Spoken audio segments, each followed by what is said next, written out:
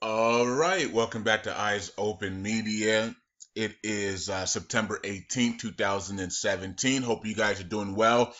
Um, Quick update on the hurricanes. We are watching them closely, as I told you guys. Jose looks like it's going to be a strong tropical storm or a low category one heading up the east coast, northeast of America and affecting areas within, I think, North Carolina all the way to Boston area. We don't know if it's going to actually hit land or not yet. It's too early to determine that. And then Maria looks like it's going to be a category three going over the Caribbeans. Areas like, I guess, Puerto Rico, Haiti, and all the Bermuda, not Bermuda. I don't know. I'm not sure. I don't think it's Bermuda. I think that's Jose, and other areas like that. So, and then we'll see where it goes from there. It could go straight into the Gulf, or it could go to Miami, or Orlando, or South Carolina, Georgia, North Carolina. So we're still monitoring that to see how that plays out. But the teams are going to keep me updated, and I'm going to keep you guys updated and all that. Okay, so let's get started here. We just pray for everybody in the way of those storms, and we just pray for everybody's safety, and everybody can evacuate on time because of the information that is being put out to everybody. So that's good. Okay, so let's get started here. International Monetary Fund independence of Kurdistan will not affect the economy of Iraq. No, it won't, and that's what we keep. I don't know what's so hard to understand about that. It won't affect the economy of Iraq. They're still going to be pumping oil and still going to be doing all types of things. They're going to be doing, you know what I mean? And who says they're going to go independent right away? It's going to take. It could take 6 to 3 years to go independent. Um, there's a bunch of things that they're gonna have to do and get right before they can even go independent, anyways, and become their own country or whatever they want to call it. Okay, there's a bunch of things they have to do, so it's not gonna be easy at all. It's almost impossible, right? So we'll see. Anyways, the IMF announced on Monday that the independence of the Kurdistan region will have no significant economic and financial impact on Iraq. Okay, the head of the mission of the Monetary Fund in Iraq, Christine Goss, I guess, or Joss, I don't know. I've never heard that name before as a last name, so maybe that's the first time I've ever seen Joss as the last name. Anyways, discussed the Jordanian capital, Amman, with the delegation of the members of the Iraqi Business Council, the latest developments in the Convention on Credit Readiness with Iraq and the challenges facing the private sector. Okay, we're still dealing with this private sector stuff and we know that if they launch the private sector, they're going to show us the new international rate. So I guess if they continue to say that they're having problems with the private sector, that gives them a reason to make excuses why we don't see the international rate. So I'm not sure. Anyways, it says the independence of the Kurdistan region will not have a significant economic and financial impact on Iraq because the Iraqi government has not paid for the Kurdistan region 2 years ago. Okay. It says, therefore, did not affect the general budget of the government. So there you go. So the Iraqi government has not paid for the Kurdistan region 2 years ago, basically for 2 years. Okay. Now, also, the Kurdistan parliament hasn't even been active for 2 years. They just got activated again on Friday, or was it Saturday, when they did their voting for the referendums on 25th. So how's that going to affect Iraq? These guys weren't even activated, right? Iraq wasn't even paying the Kurds. I mean, they weren't paying the dues. They weren't paying the oil. They weren't paying anything. Okay, so how does it affect if you're not even paying anyways? Okay, so it doesn't affect them. So it's all mumbo jumbo from the people that want to keep you in control. You know, when you have an oppressor and they see that you want to be free, they get very mad, and that's what's going on. The GOI knows that they're doing evil to the Kurdistan region, but they don't want the Kurdistan, and they see that the Kurdistan region is waking up to the evilness, and so now they're getting mad, right? Before they said, not a big deal, they ain't going nowhere. Then they say, wait a minute, they're celebrating, they have campaigns up, they're telling the world they're going independent. Now they got mad, right? They see that their slaves are about to trying to free themselves, and then that's when they get mad. Okay, so that's what's going on. There's nothing more than that, in my opinion. I'm talking about the unification of Iraq. You're not even paying them. You know what I mean? Like you don't even consider them friends. But all of a sudden, unification of Iraq. He added that the IMF agreement with the Iraqi government to pay the dues of the contractors over 3 years from the signing of the credit agreement, that is to pay all errors by 2019. Yeah, I mean they're not even paying anybody. They're not paying the farmer. These people aren't paying nothing, okay? And when they do get a little bit of pay, it's 1/4 of the pay, and it's a pay from like June, like 8 months ago, 3 months ago. It's unbelievable what they've done. The government of Iraq has been able to get away with, while the American soldiers and the European soldiers and the Russian soldiers, Australian soldiers, and all these other soldiers, Japanese and Chinese, so they're all in the area. And Iraq is still doing stuff like this. Iraq still wants to steal. Iraq still wants to money launder. Iraq still doesn't want to pay nobody. Iraq still wants to beg. And all these soldiers are in Iraq and around the region, and they don't care. That should tell us something, right? It should tell us a lot, okay? And the fact that they're being monitored by the IMF and the World Bank and the BIS, and they're still trying to steal and trying to de-corrupt and still not paying dues. Wow. That should tell us something. I mean, they are corrupt to the high heavens. I mean, my goodness, you were monitored by the IMF and you still don't care? I mean, my goodness gracious. So you got here breaking from Oria. Let's see here.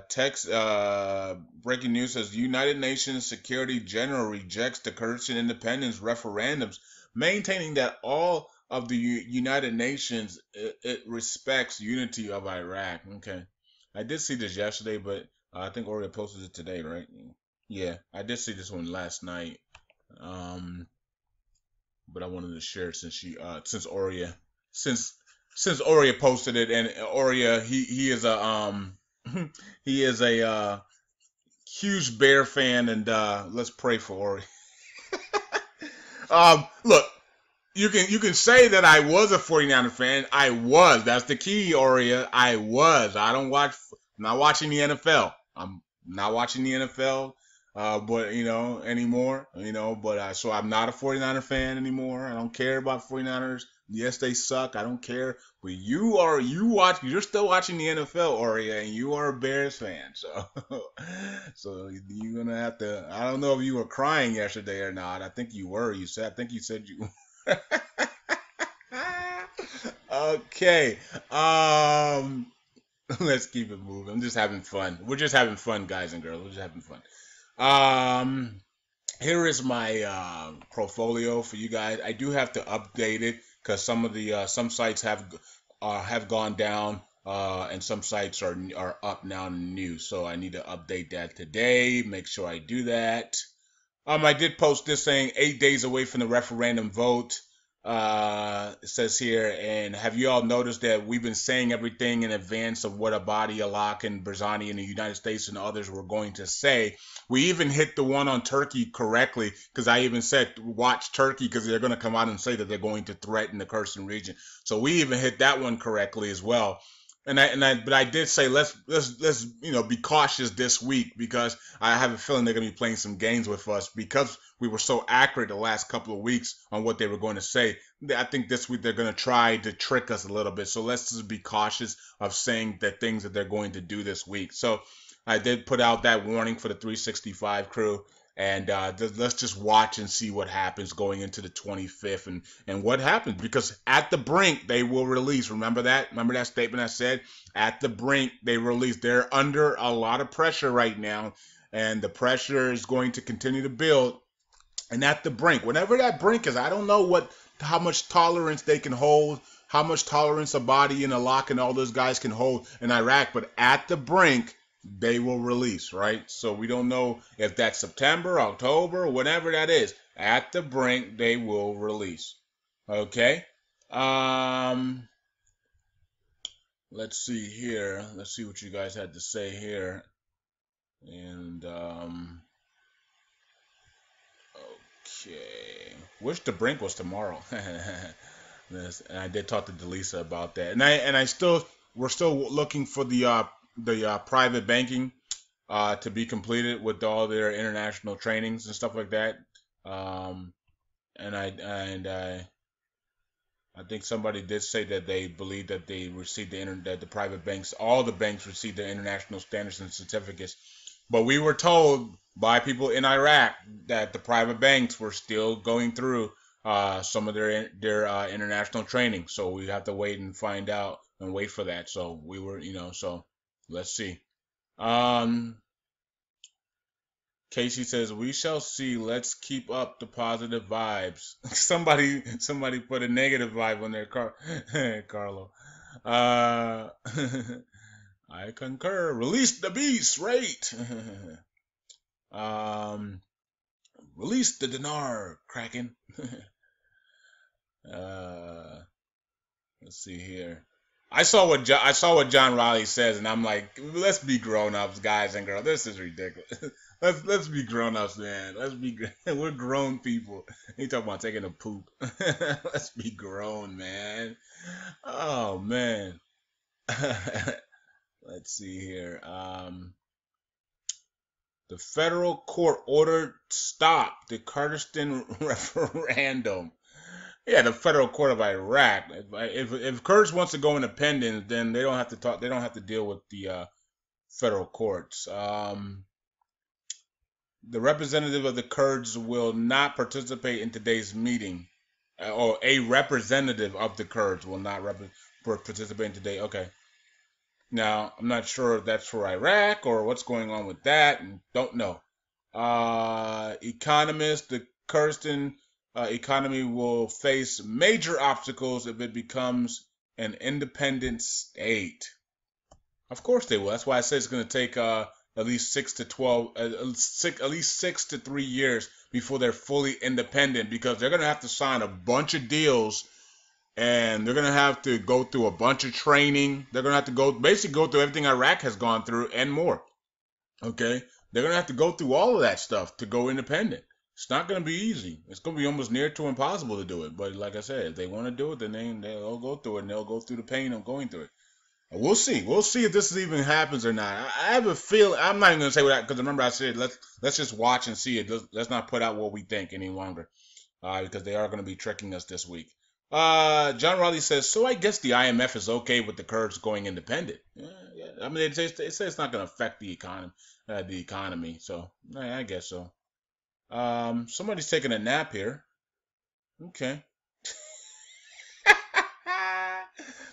Now, I did talk about Hawaii here. I said, can you imagine if you were a citizen of Hawaii and Qaim? Like what the HELL, man?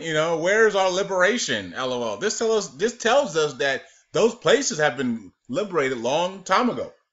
Because if you're sitting in Hawaii and you're still not liberated publicly, and in Qaim and you're still not liberated publicly, there's something wrong. Because what is taking the government so long to liberate us, right? So we know that because of that fact, they're already liberated. Now, when they come out and tell us in public, and when they start the storming and the war, the pretend war in those areas, we don't know. I mean, Hakeem said it should be this week that they go into Hawaii, but they've already been into Hawaii, and they've already done what they have to do in Hawaii already. So that's why they can be delayed this long for no reason at all. And our body can say, well, it's the Kurds' fault that we're not in Hawaii yet. You're already liberated Hawaii. Who cares? John Riley says they haven't opened the 2017 budget. Yeah, I know. Parliament Finance, this week a meeting will be held to determine the budget of 2018-2020. Yeah, we read that yesterday. Let's actually go here and check out the post that you guys have made. If we can get that. Okay, so let's see what you guys are talking about over on this side. The people are speaking. Rodon referendum featuring Aero B. Okay, so somebody made a music video in the Kurdistan region about that. That's pretty good. I wonder what that sounds like. Eric says new new Bitcoin instant withdrawal profit 8% daily forever referral program. I don't have no clue, Eric. I'm not even.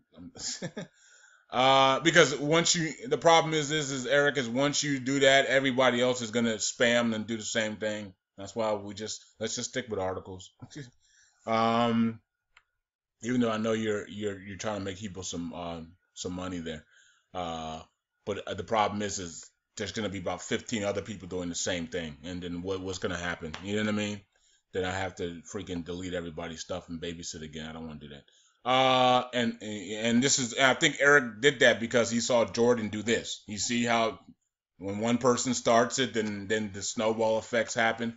So Jordan has here that a gold-backed cryptocurrency, Gold Mint, is a blockchain-based platform which operates with 100% gold-backed crypto assets. Okay.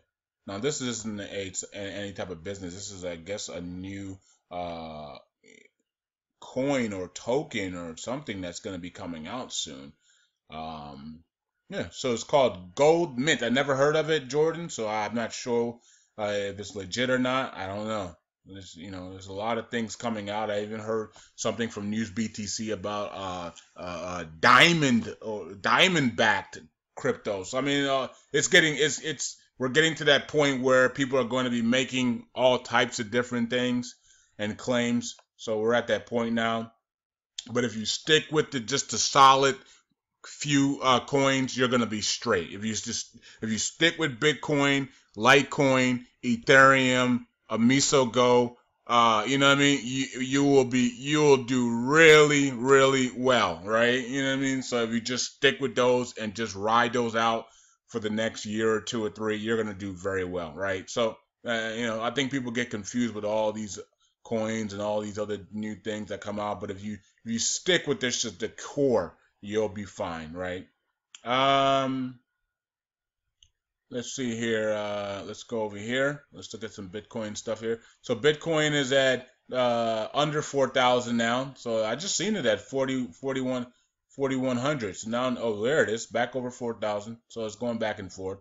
Okay, and then Ethereum is sitting here about 290, 289. Ethereum has some big news coming out from Metropolis, and I think the Metropolis and all the things that are about to come out for Ethereum is going to send Ethereum to 1,300.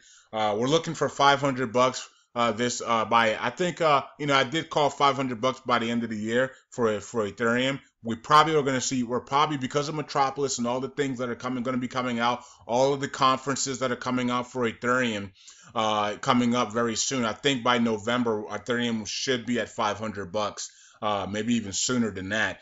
So we're going to see Ethereum go to $500 here. It could be in October, it could be in early November, but we're going to see a $500 for Ethereum. We got a bunch of Ethereum conferences coming out. They're going to be talking about all their new projects. It's going to give Ethereum a lot of momentum. So Ethereum's a buy signal here, and it's going to probably go to 500 plus. And by March, we're looking at 1,300 for Ethereum. And then Litecoin sitting here at 55. I would actually like Litecoin to stay where it's at. And let Ethereum do its thing first, and let Ethereum go to 500, and then some of us can sell half our Ethereum there, and then dump it into Litecoin here at 50, 55, and then watch Litecoin then bring out massive news on Lightning networks and all types of stuff and send itself to 100, 200, 300, 400 plus. Okay, that would be a great scenario, but I don't know. I don't think that's going to happen. I think Litecoin's going to go with Ethereum and Bitcoin, and Litecoin is going to be at $100 here very soon. Okay, and it definitely could be within the next 2 weeks. Litecoin will be at $100. So we did call for Litecoin in September to be at $100. We did hit 90. That's not $100 though. So I think some charts hit 93. Some of them said 98. I never saw 98. But anyways, we're looking for $100 on Litecoin. That should come within the next 3-4 weeks, maybe.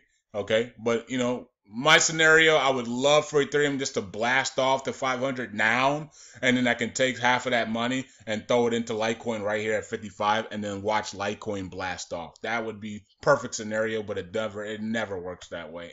Unfortunately, they all three go together most of the time, or one after the other.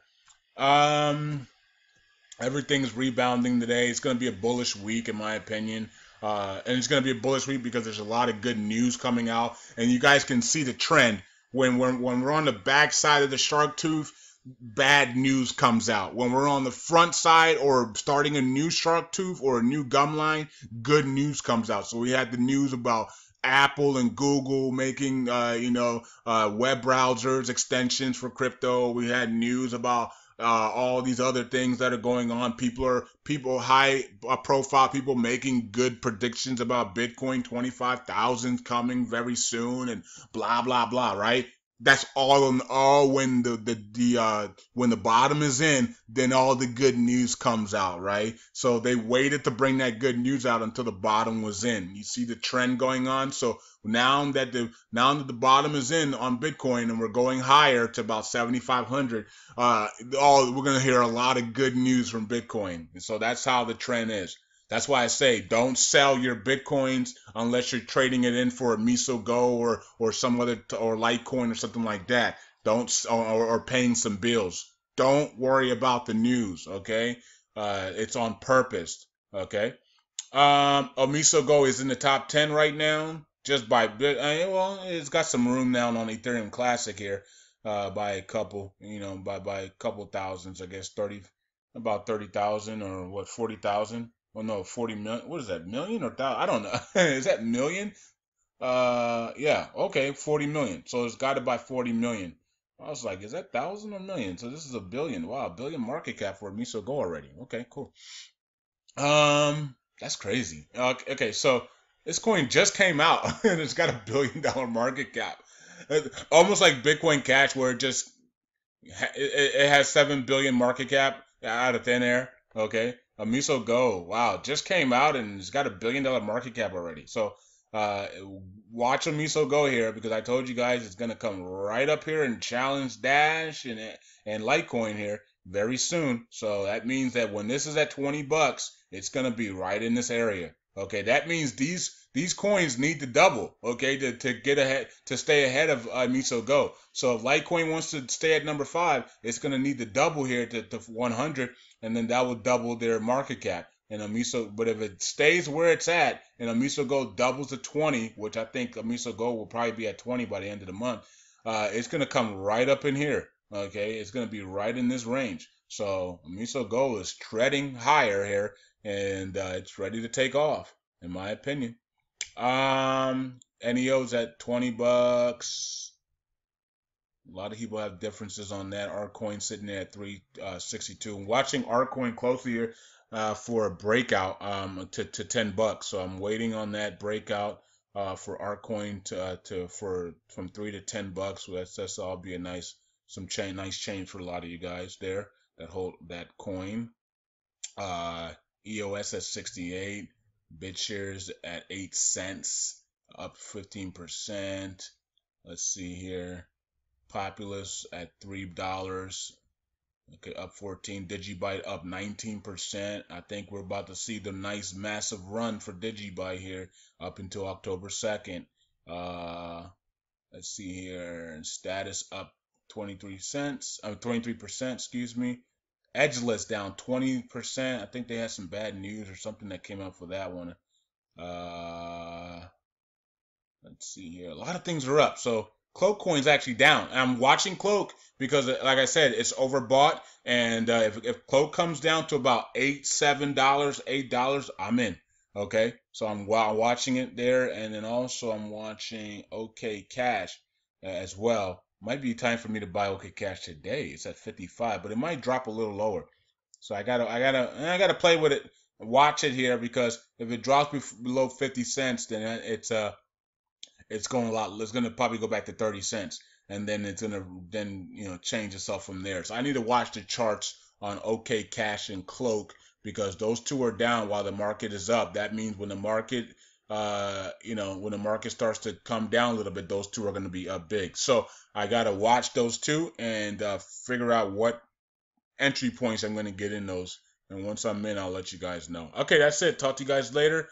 That's it. Eyes open. Okay, so like, subscribe, and share, and I'll be doing a video on the main channel here very soon, and we're gonna go through all of the articles and news for Iraq and see what's going on. Okay, should be an interesting week as we head closer and closer and closer to the potential referendum voting to go independent for the Kurdistan region. Something we thought was going to happen in 2015, and to scare Iraq into a revaluation, and now we're seeing it in 2017. Is this going to allow the pressure for Iraq to revalue, or is it going to backfire on us? We shall see. We shall see. Peace out, everybody. God bless.